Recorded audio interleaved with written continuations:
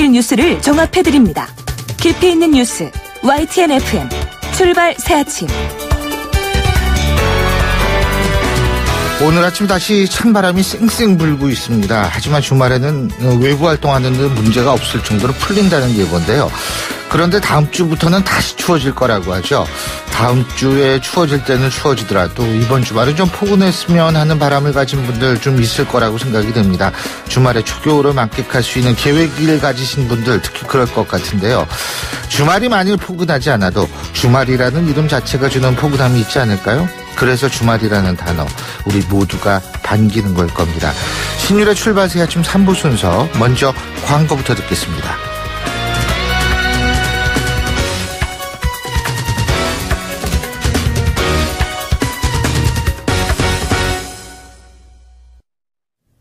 YTN 라디오 신율의 출발새 아침. 정치권이 높다 하되 출발새 아침 아래 메이로다. 나란 일을 논하는 선비들의 이야기 공간 출발 사랑방.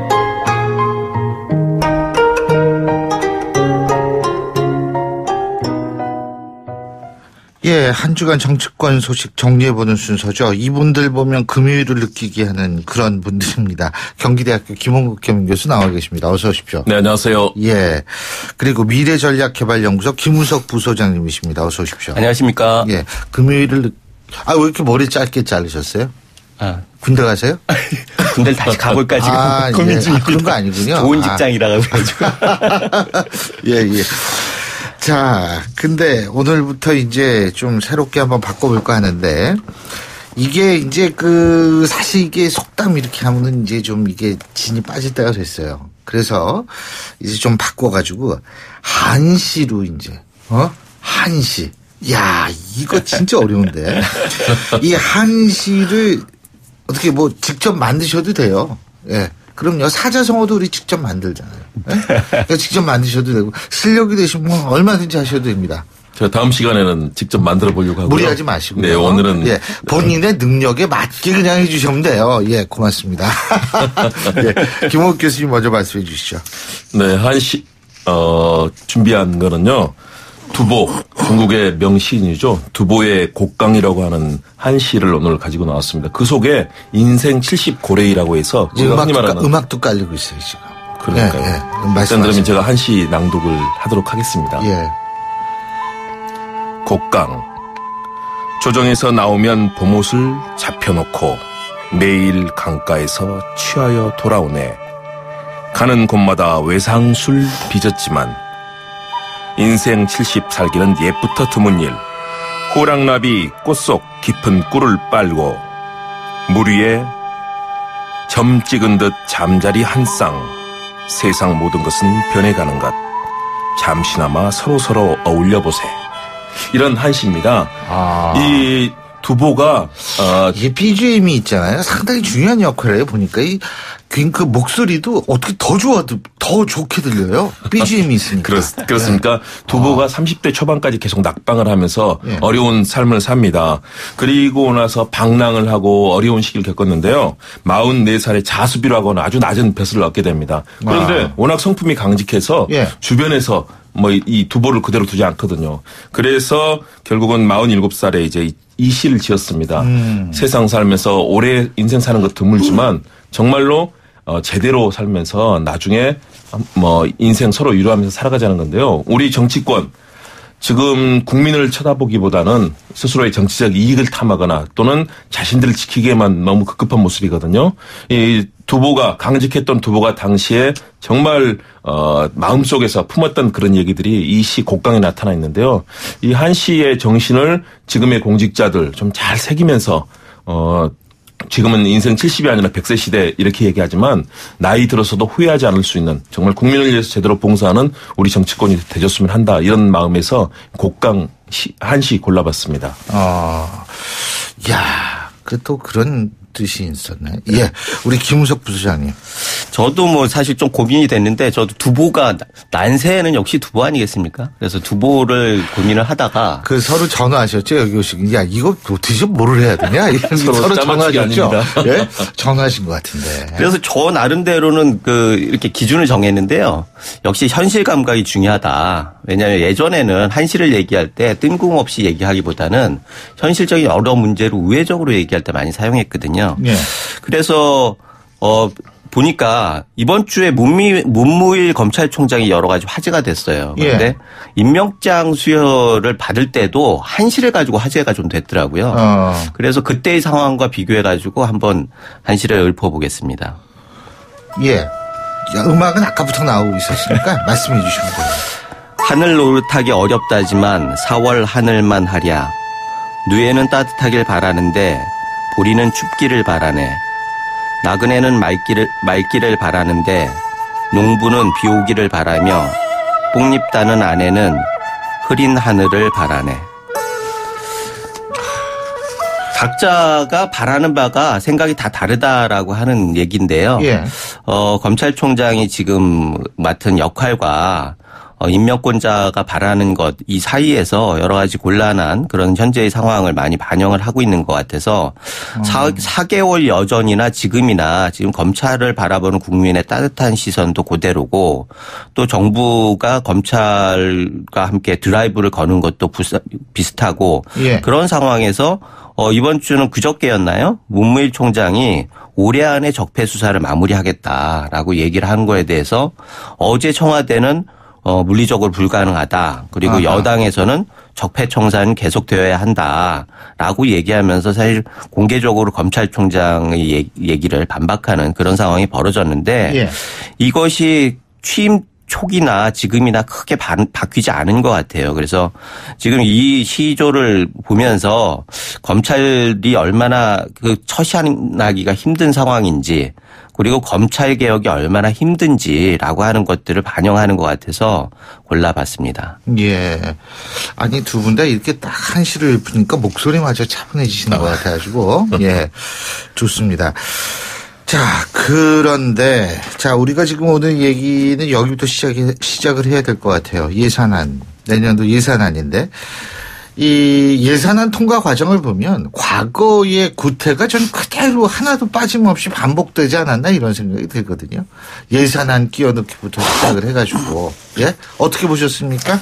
네, 역시 과거의 관행들이 그대로 반복되는 점에서 이번 예산안에 대해서도 많은 국민들께서 실망을 하실 것 같습니다. 왜냐하면 두 가지 아니겠습니까? 첫 번째는 밀실 협상이 이루어졌다. 예. 다시 말해서 마지막 초반에는 공개된 예결위를 통해서 여러 가지 논의를 하지만 마지막 소소의 과정까지는 예.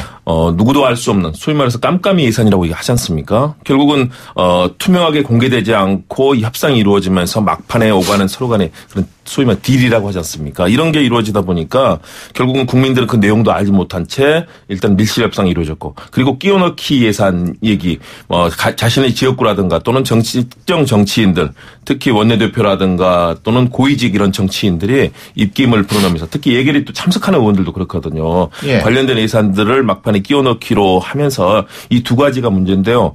물론 의원들이 그런 권한을 일단은 예산 이 결정에 참여하기 때문에 그런 권한을 가지고 있습니다.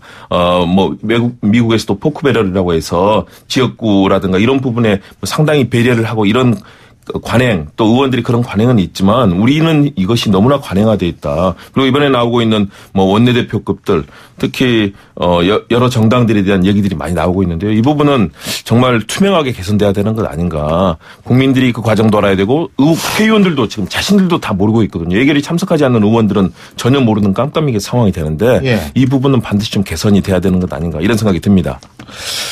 그렇습니다. 이게 근데 개선이 도대체 제도로 되는 것도 아니고 어떻게 보세요? 김은석 부장님 이번 예산안 과정. 말씀하신 대로 지금 밀실 협상 끼워넣기 이런 것들은 과거에도 항상 있었던 일이에요. 그런데 이번에 좀 새로운 모습은 역시 야당의 내부적인 성토나 분열 이런 부분들이 부각이 됐는데 이런 것들은 좀 새로운 모습이죠. 예.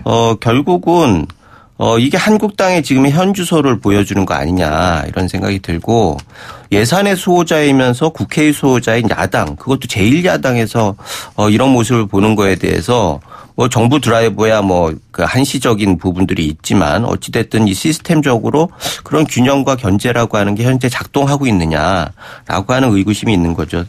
지금 그래도 화제가 되었던 것들은 결국 장제원 대변인이 원내 지도부에 대한 공격 아니겠습니까? 그런데 내용 자체는 뭐 그럴 수 있다고 쳐요. 그러나 대변인으로서 하는 거에 대해서는 과연 적절했느냐라고 하는 부분들이 우려가 되는 부분이 있고요. 사실 직업윤리가 개인윤리보다 우선인데 그거는 결국 사회적 역할이 우선돼야 한다는 거 아니겠습니까? 예. 그런데 대변인이라고 하는 굉장히 중요한 위치에 있으면서 당내에다가 그렇게 공격을 하는 그런 모습을 보면서 많은 보수 지지층들뿐만 아니라 국민들도 좀 우려 섞인 얘기들을 많이 하고 있는 것 같아요. 그리고 장제원 대변인 같은 경우에 사표를 내면서 또 반려를 하는 그런 과정을 보면서 이게 일종의 대리전이 아닌가라고 하는 생각이 원내 권력과 당 권력 간의 대리전의 양상으로 흐르는 거 아니냐. 이래서 이게 적전 분열이라고 하지만 내부적으로 굉장히 어려운 상황에 처해 있는 거 아니냐. 이런 우려들이 있어서 사실 이런 부분들에 대해서는 좀 여러 가지 앞으로 정말 야당으로서 제 역할을 할 수 있을지 이런 부분부터 해가지고 여러 가지 우려가 되는 거죠. 예.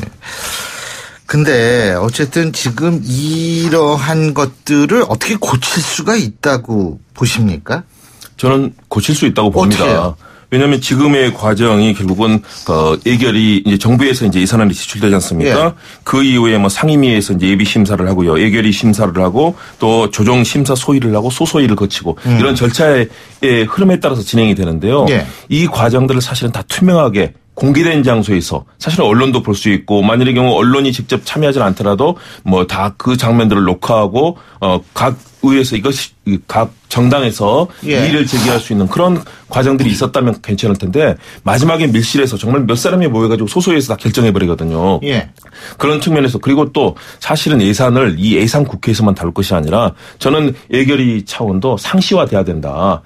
평상시에 이런 예산들이 계속해서 감시를 받을 수 있는 기능들이 있어야 되는데 예. 국회에서 결산 심사도 제대로 이 각 정당의 이해관계가 부딪혀서 안 되는 상황들이 많이 있지 않습니까? 결산도 제대로 되지도 않고 또 예산 심사도 제대로 되지 않는다. 이 부분은 저는 과정의 투명성과 객관성을 찾는 것들이 중요하고요.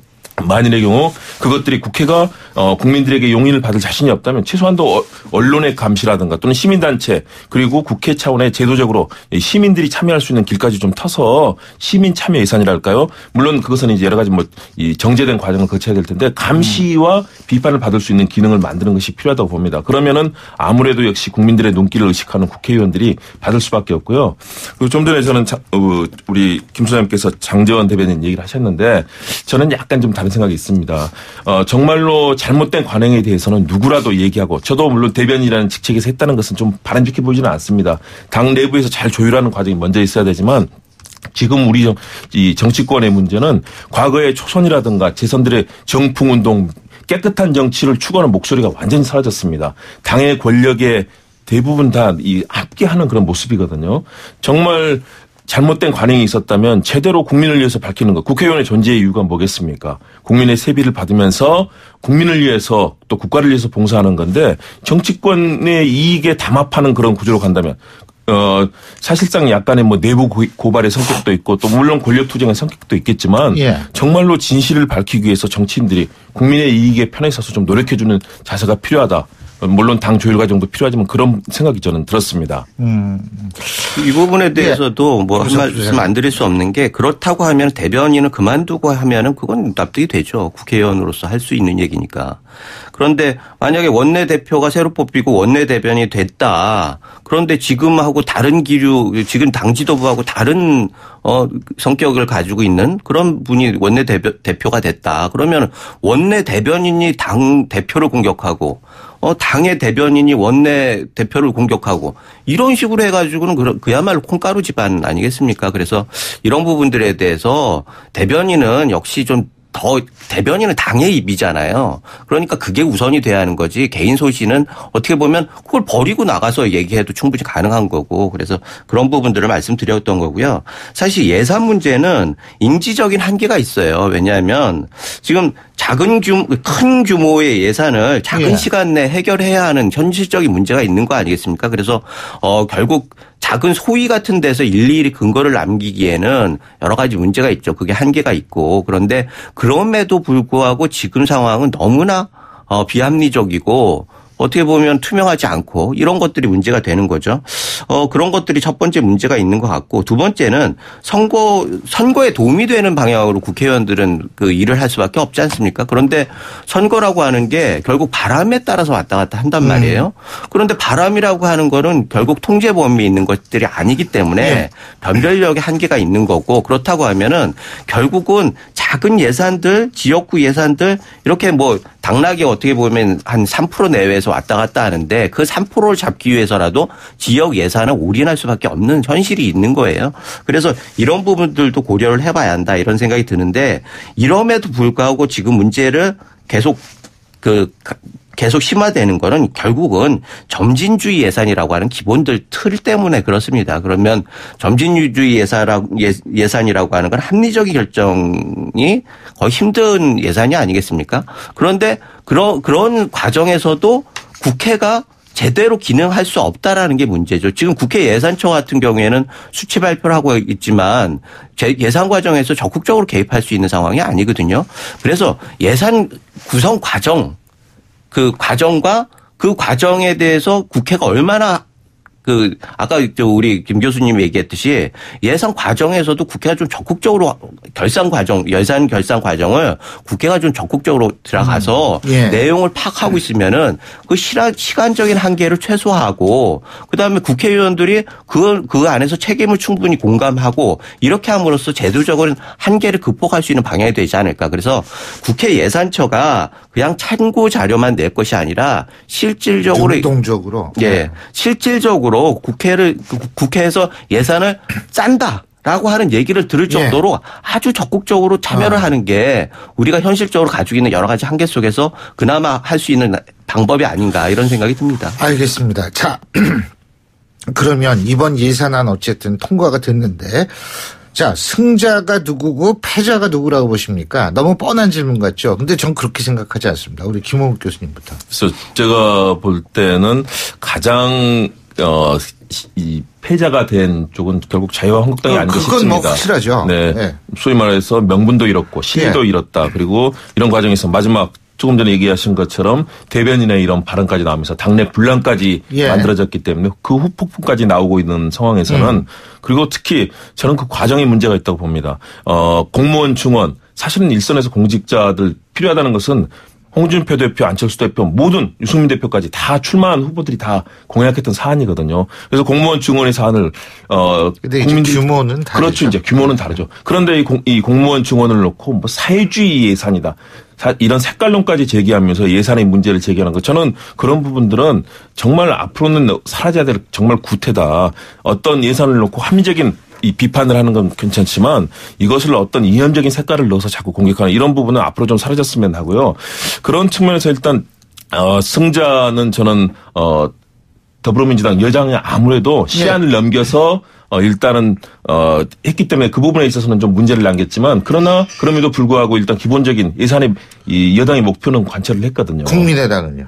국민의당도 저는 일정한 승자가 됐다고는 봅니다. 왜냐하면 그 과정에서 캐스팅 보트의 역할을 국민들께 보여드렸거든요. 그래서 캐스팅 보트의 그 위력이 어떤 것인지를 앞으로 이것뿐만 아니라 모든 과정에서 얘기를 할 텐데요. 그런 측면에서 얻은 것도 있지만 또 지나치게 그 과정에서 중재 역할과 이 존재감을 보여주려고 하다 보니까 이 부분이 과연 정당의 역할에 맞았느냐. 그 부분이 이제 중요한 부분인데. 네네. 예. 자, 김우석 부소장님. 사실 뭐 일자리 부분에 대해서 할 얘기가 많지만 일단 그거는 많이 얘기했으니까 넘어가고요. 승패를 얘기하면은 국민의당은 일정 정도 캐스팅 보트를 보여줬지만 결국은 이중대로 가는 거 아니냐라고 하는 우려도 있는 게 사실이에요. 그러니까 지금 김우석 부소장님 말씀이 이렇게 해도 되겠습니까? 존재감을 살리는 게 아니라 오히려 더불어민주당 쪽에 붙음으로써 존재감을 스스로 깎아먹었다. 맞습니다. 이렇게 해도 되는 예. 거죠. 예. 그런 우려들이 있고 사실 국민의당 같은 경우에는 지금 뭐 무한을 KTX를 무한을 하는데 조 정도가 증액됐다는 거 아니겠습니까? 그런데 그렇게 되고 하면은 그 호남 주민들이 국민의당 잘했다고 할 거냐 아니면 민주당 잘했다고 할 거냐. 정부를 더 지금 90 몇 프로가 그 문재인 지지도가 그렇게 거의 뭐 문재인 대통령 지지도가 거의 100%에 육박하는데 국민의당 박수를 쳐줄 것 같지는 않아요. 그래서 그런 부분들에 대해서 지금 선거구제 개편 얘기가 또 나오는 거 아니겠습니까? 중선거구제, 중대세 선거구제를 함으로써 그 결실을 나눠 갖자라고 하는 게 결국 야합이라고 하는 자유한국당의 논리의 배경인데 이런 부분들을 보면서 결국 국민의당이 뭘 얻었느냐라고 하는 부분들에 대해서 의구심을 안 가질 수가 없는 거고 그래서 이 부분에 대해서는 지금 국민당 내부도 좀 여러 가지 개파가 있어요. 그런데 결국 호남계가 완승을 한 게임이에요. 이번 게임이. 예. 그래서 결국 호남 예산을 고리로 해가지고 국민의당이 가지고 있는 발언권을 극대화시켰다고 하지만 결국 호남 중심으로 하는 의사결정이 더 여당에 가까워지는 결과 그리고 지금 당대표인 안철수 대표의 존재감을 더 떨어뜨리는 그런 결과를 함으로써 결국 독자 정당으로서 국민의당이라고 하는 색깔을 굉장히 희석시켰다. 이런 평가를 거부하기가 굉장히 힘들다. 이런 생각이 듭니다. 예, 저는 이 과정을 통해서 이중대라든가 이런 얘기 나오는 것은 사실 뭐 반대하지 않다고 봅니다. 왜냐하면 정당이 어떤 한 정당에 뭐 속하거나 뭐 이런 주종관계를 갖고 있는 건 아니거든요. 저는 옳고 바른 일, 국민을 위한 정치라면 뭐 이중대라는 얘기를 누가 하더라도 거기에 대해서 개의치 않고 꿋꿋하게 나가야 된다고 봅니다. 이번 예산안이 법정 시한을 넘겼습니다.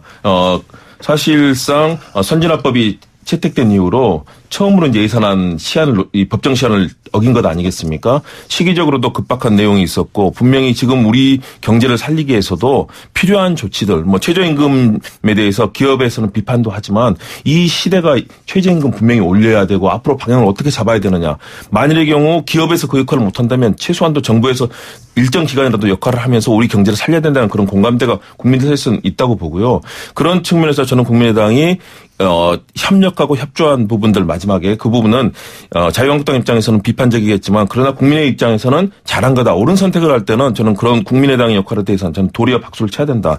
대신에 이런 과정들이 어떤 이 정치를 주도하는 그런 흐름보다는 아무래도 캐스팅 보트 중재역에 치우치다 보니까 이 부분이 향후에 수권 정당이 되고 국민의당이 더욱더 큰 존재감을 가지고 나가기에는 좀 어려움을 보였다는 측면에서 저는 말씀을 드린 거고요. 알겠습니다. 그건 뭐 잘했다고 저는 봅니다.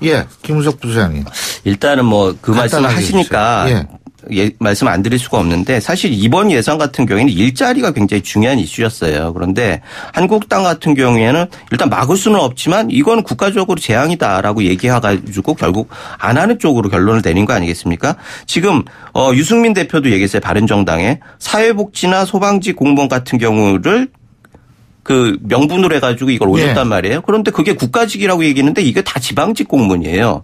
그렇다고 하면은 이게 지금 뭐 9,475명 얘기를 했는데 지방직까지 합하면은 2만 7천 명 가까이 되는 거 아니겠습니까? 그리고 그 예전에 했던 추경까지 하면은 3만 7천 명 정도까지.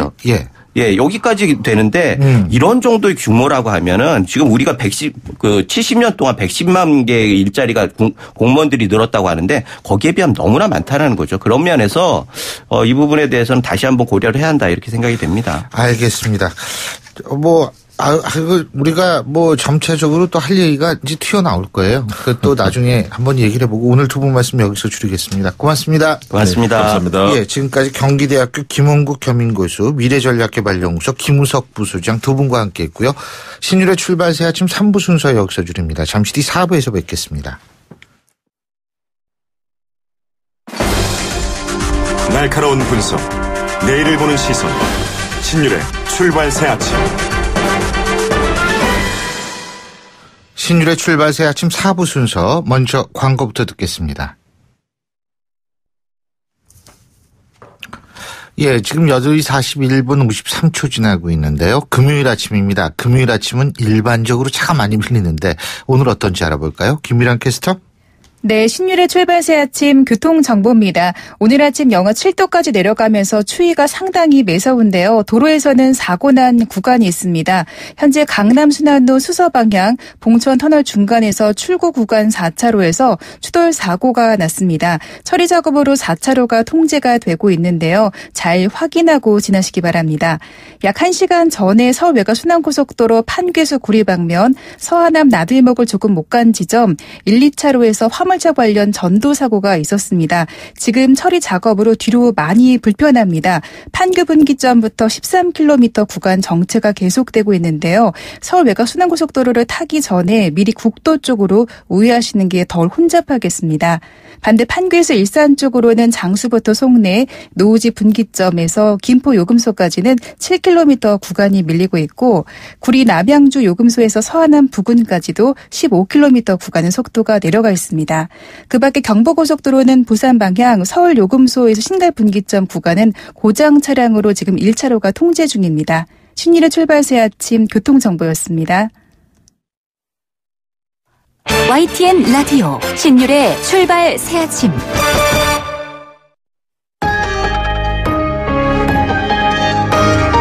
위기의 한국 경제. 하지만 해법은 있습니다. 우리 경제에 또 다른 도약을 준비하는 코너.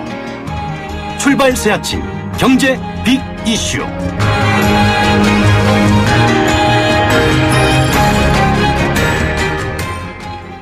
예, 경제 현안 매주 금요일마다 신율의 출발 새 아침에서 여러분과 함께 생각해보는 순서죠. 자, 오늘도 서울대학교 이필상 교수님이 스튜디오에 나와 계십니다. 어서 오십시오. 네, 안녕하세요. 예, 이 정부의 내년도 예산안 저희가 좀 아까 출발 사랑방에서도 이 얘기를 했는데 이 예산안이 증세 법안하고 함께 국회를 통과했는데 자, 교수님이 보실 때 내년도 예산안의 특징 뭐라고 보십니까? 세금 얼마나 넣는다고 보세요? 내년도 예산은 한마디로 문재인식 큰 정부 예산이다 이렇게 생각이 드는데요. 여러 가지 새로운 내용을 담고 있습니다. 우선 공무원을 9,475명 증원하기로 했고요. 이를 위해서 2,514억 원의 예산을 편성했습니다. 또 노인 기초연금을 20만 원에서 25만 원으로 올리고요. 아동수당도 월 10만 원씩 지급하기로 했습니다. 여기에 최저임금을 올려야 하는 영세 기업에 대해서 2조 9,700억 원의 자금을 지원하기로 했습니다. 예. 이런 내용을 포함해서 총 429조 원 규모의 예산이 국회를 통과했는데요. 작년 예산에 비해서 7.1% 증가한 팽창 예산입니다. 이렇게 예산이 증가하니까 이제 세금 늘어나는 것이 불가피한데요. 연간 이익이 3천억 원을 넘는 대기업의 법인세율을 22%에서 25%로 올립니다. 대상 기업이 77개인데요. 총 2조 3천억 원 정도의 세금을 더 거둘 것으로 예상하고 있습니다. 또 연간 소득이 3억에서 5억 원 사이인 개인들의 소득세율을 38%에서 40%로 올리고요. 또 연간 소득이 5억 원을 넘는 개인들은 소득세율이 40%에서 42%로 올라갑니다. 여기에 해당되는 그 소득자들이 9만 3천 명 정도 되는데요. 이 사람들에게서 추가적으로 걷는 세금은 1조 1천억 원 정도 됩니다. 그러니까 정부가 예산을 더 쓰고 세금을 더 걷는 그런 예산이다 이렇게 볼 수가 있는데요. 어쨌든 간에 정부 역할을 확대하겠다 이런 차원에서 예산은 과거와는 달리 특징을 갖고 있습니다. 근데 일부에서 조금 걱정하는 목소리가 있는 게 이렇게 예산 확대되고 증세를 하면은 경제에 부담 줄 수 있는 거 아니냐 이런 얘기인데 교수님은 어떻게 보십니까? 지금은 어떤 정책을 펴도 경제가 잘 살아나지 않으니까 정부가 재정 지출을 늘려서 경제를 살리는 마중물 역할을 하겠다. 이런 어떤 논리거든요.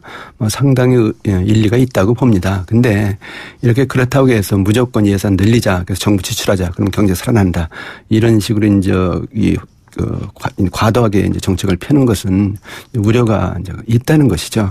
우선 우려가 되는 것이 뭐냐면은 정부가 경제 운영을 주도하는 큰 정부 체제가 이제 문제가 될 수 있다는 건데 만약 경제가 살아나지 않으면은 이제 세금을 제대로 걷지 못하니까 정부 부채가 늘어납니다. 그러면은 경제도 부실해지고 정부도 부실해지는 그런 또 현상이 나타날 수 있다는 것이 문제고요.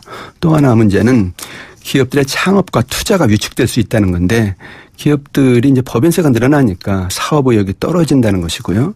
또 기업들이 여기서 사업하지 말자 해서 해외로 나간다는 겁니다. 또 개인들도 이제 소득세가 느니까 열심히 일을 덜 할 것이다. 이렇게 되면은 결국 경제가 역동성이 떨어진다. 이런 또 부작용이 생기는데 이번 예산에서 특히 문제가 되는 것이 두 가지입니다. 하나는 뭐냐면 공무원 지원인데 공무원은 한 번 채용하면은 정년 때까지 고용이 보장됩니다. 지금 정부 계획을 보면은 향후 5년간 17만 명의 공무원을 늘리겠다 이렇게 이제 얘기하고 있는데 공무원 30년 일한다고 치면은 총 드는 예산이 327조 원 이렇게 추정이 되는데 이게 감당하기 쉽지 않을 거다는 것이고요. 두 번째는 최저임금 인상인데 여기에 대해서 최저임금 인상 필요성은 있습니다만 정부가 여기다 예산을 투입해서 지원해 준다라고 했을 때 이건 시장 논리에 좀 어긋난다는 것인데 만약에 기업들이 계속 푸시러 한다.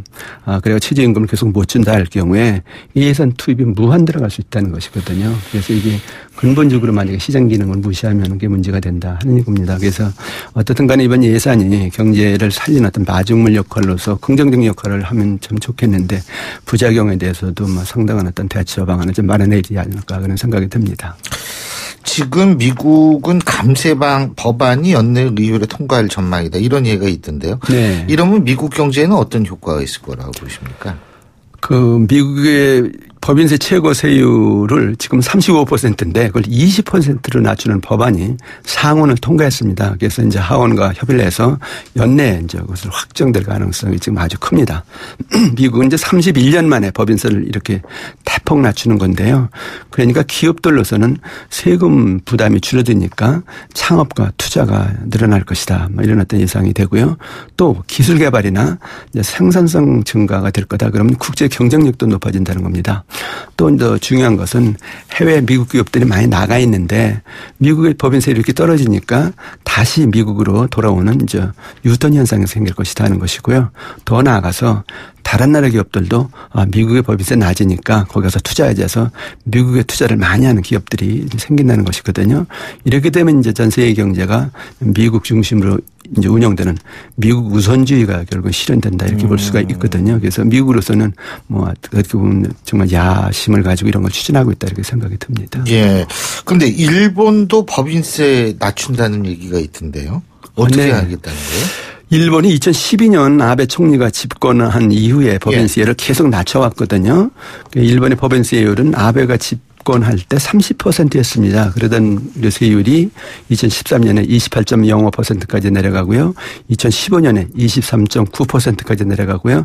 작년에 23.4%까지 낮췄습니다. 근데 내년에 이걸 이제 더 낮추겠다는 얘기인데 두 가지 이제 세제 혜택 정책을 지금 내놓고 있습니다. 하나는 뭐냐면은 기술 투자를 하는 기업에 대해서는 세제 혜택을 주겠다. 또 임금 인상을 하는 기업에게는 세제 혜택을 주겠다 이 얘기인데 그래서 법인세 실질 부담을 지금 23.4%에서 20%까지 낮춰주겠다 이런 얘기인데 이런 어떤 조세 정책이 일본 경제로서는 이제 두 가지 전략인데 무슨 전략이냐면요. 기술 투자해라. 그럼 세금 깎아준다. 그러니까 일본 기업의 국제 경쟁력을 높이겠다는 것이고요.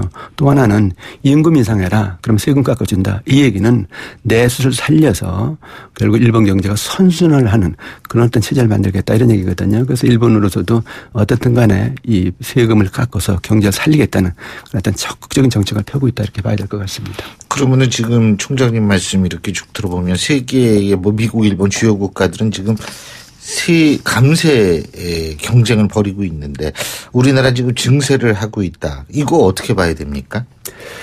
예, 그 뭐 보호무역제가 강화되면서 세계 각국이 지금 뭐 자기네 기업들 살리겠다고 법인세를 내리는 그런 경쟁을 벌이고 있는데요. 뭐 일본, 미국은 물론이지만 프랑스도 33.33%에서 25%로 낮출 계획이고요. 영국도 19%에서 17%로 낮출 계획입니다. 근데 이런 상태에서 우리나라만 지금 22%에서 25%로 올린다 해서 이것은 반기업 정책이다 이런 어떤 비판이 나오고 있는 건 사실입니다. 지금 그렇지 않아도 경제가 저성장의 함정에 빠졌는데 이렇게 반기업 정책으로 나오면은 경제가 어떻게 되는 것이냐 이런 어떤 불안감도 확산하고 있고요. 정말 우리 경제 구조를 보면요. 경제를 집중이 너무 심하다는 것이거든요. 그래서 이제 중소기업과 서민 경제가 빈사 상태다. 이런 상태에서 뭐 정말 세금 아주 돈 많이 버는 대기업들한테 세금 좀 더 내라. 그 돈으로 이 극단적인 양극화는 일단 막아보자. 뭐 이런 차원에서 본다면 뭐 긍정적인 면이 있습니다. 근데 이제 이게 이제 보완책으로 끝나야지 장기적으로 계속해서 이렇게 증세 정책으로 가면은 이제 문제가 있을 수 있다 하는 얘기죠. 그래서 일단은 우리나라 산업 구조 차원에서 우리나라 현실에 어떻게 보면은 맞는 정책이 되게 볼 수도 있습니다만 국제 흐름으로 봐서는 이 정책을 계속할 수는 없다. 그렇게 봐야 될 것 같습니다. 아니 근데 지금 교수님께서 극단적 양극화를 막아보자. 그래서 이제 감세를 한다. 그런데 증세를 한다 이런 말씀을 하셨는데 결국 그럼 그거를 좀 다른 식으로 얘기를 하면 감세를 하면 재정적자가 증가하고 경제적 양극화를 심화한다 이렇게 이해해도 되는 겁니까? 그런 논리도 있습니다. 그러니까 무슨 얘기냐면 감세를 해서 양극화를 해소한다라고 했을 때 정책을 제대로 펴서 정말 서민 경제고 중소기업 경제가 살아나게 한다면 좋다 이런 얘기입니다. 근데 그것이 쉽지 않다. 그래서 오히려 양극화를 악화시킬 수 있다. 그런 어떤 논리가 지금 나오고 있는데요.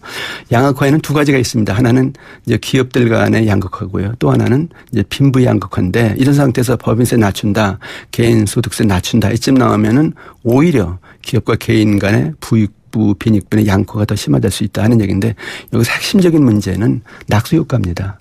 낙수 효과가 안 나타나면 오히려 양극화가 더 심화될 수 있다는 얘기인데요. 즉 그 미국의 경우는 1986년에 레건 대통령이 감세 정책을 폈고요. 2003년에 부시 대통령도 감세 정책을 폈는데 오히려 낙수 효과는 별로 없었다는 것이고요. 그다음 우리나라도 이명박 정부 때 법인세를 낮췄고요. 박근혜 정부도 친기업 정책을 폈거든요. 양극화 오히려 심화됐다. 그러니까 정책을 펴서 양극화를 해소한다 할 때 정말 제대로 정책을 펴야 되지 그러지 않고 오히려 이거 그냥 적당히 돈을 푸는 정책으로 끝난다면은 양극화는 더 심화될 수 있다. 이 점은 정부가 분명히 좀 인식해야 될 것 같습니다. 그러면은 우리나라 세제 개편은 어떤 식으로 해야 된다고 보십니까? 일단 단기적으로는 양극화 좀 해소하자 해서 이제 법인세율을 이렇게 이제 올리는 거는 이해가 갑니다만은 장기적으로 보면 국제 추세를 거슬릴 수는 없다는 겁니다. 장기적으로 우리만 법인세를 계속 높이다면은 기업들이 나간다는 거예요. 또 해외 기업들이 들어오지 않는다는 겁니다. 그렇게 되면 우리나라는 산업 공동화 현상이 생길 수 있는데 이렇게 되면 그렇지 않아도 경제가 지금 무너지고 있는데 경제가 살아날 가능성이 점점 없어진다. 그런 면에서 보면 이제 국제 추세를 장기적으로 따라야 된다 하는 것이고요. 또 하나는 큰 정부 정책이라는 거에 대해서도 시장 경제에서는 정부 기능이 클수록 시장 기능이 약화가 됩니다. 그럼 효율적 자원분배 이런 어떤 본연의 시장 기능이 위축되면서 경제가 역동성이 떨어지고 국제 경쟁력이 떨어질 수 있다. 정부는 정부가 할 일만 해라. 그러면서 어떤 선을 좀 끌 필요가 있다 하는 겁니다. 그래서 어쨌든 간에 조세 정책이 경제를 어떻게 운영할 건가, 또 경제 앞으로 어떻게 바꿔갈 건가 이런 면에서는 아주 중요한 정책인데 정말 이런 어떤 증세를 하면 이런 효과가 있다. 확실히 짚어가면서 정책을 펴야지 그냥 일단은 돈 풀어보자 이런 식으로 나오면은 문제가 있다 이렇게 볼 수가 있을 것 같습니다. 그러면은 이 증세를 어느 정도 내년은 이제 그러기로 했으니까 내후년 언제까지 그런 좀 기조를 유지할 중요한 거는 지금 중소기업과 서민 경제를 살리는 정책을 빨리 내놔서 지금 내년에 증세를 한다고 할 경우에 중소기업과 서민 경제가 살아나는 그런 어떤 분위기를 만들어야 된다는 겁니다. 그래서 그런 분위기가 형성되면 그래 이제는 이제 증세 그만하자 할 수도 있는 것이고요. 그거 안 되면 1, 2년 더 할 수도 있겠죠. 근데 여기서 중요한 거는 언제까지 증세하느냐 그것이 중요한 것이 아니고요. 중소기업과 서민 경제를 어떤 구조로 어떻게 살리느냐 그런 청사진을 내놓고 거기에 이제 자금을 투입하면서 살아나는 어떤 현상이 나타나야 한다는 것이거든요. 그게 한테 중요한 핵심이다 이렇게 봐야 될 것 같습니다. 예, 잘 알겠습니다. 오늘 말씀 잘 들었습니다. 고맙습니다. 네, 감사합니다. 예, 지금까지 서울대학교 이필상 교수님과 함께했고요. 금요일에 보내드린 신율의 출발 새 아침 오늘 순서는 여기서 모두 줄이겠습니다. 자, 주말입니다. 이번 주말은 비교적 포근하다고 제가 아까 말씀을 드렸는데요. 이번 주말 포근한 만큼 여러분 또 나름대로 계획 세우시면서 알찬 주말 보내시기 바라겠고 저는 다음 주 월요일 아침 7시 15분에 다시 오겠습니다. 신율이었습니다. 고맙습니다.